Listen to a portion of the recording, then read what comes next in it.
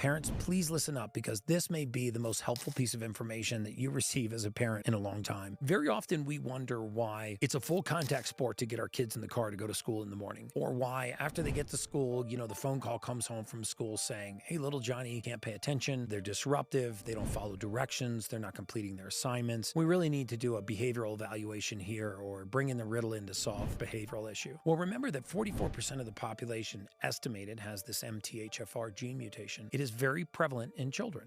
If you think about the standard American diet and what we feed children before they head off to school, and by the way, there are hordes of clinical studies in human beings on dietary control of behavioral disorders, which is directly linked to the MTHFR gene mutation. So if your child potentially has this gene mutation and you feed them a standard American breakfast, think about what kinds of foods have folic acid, right?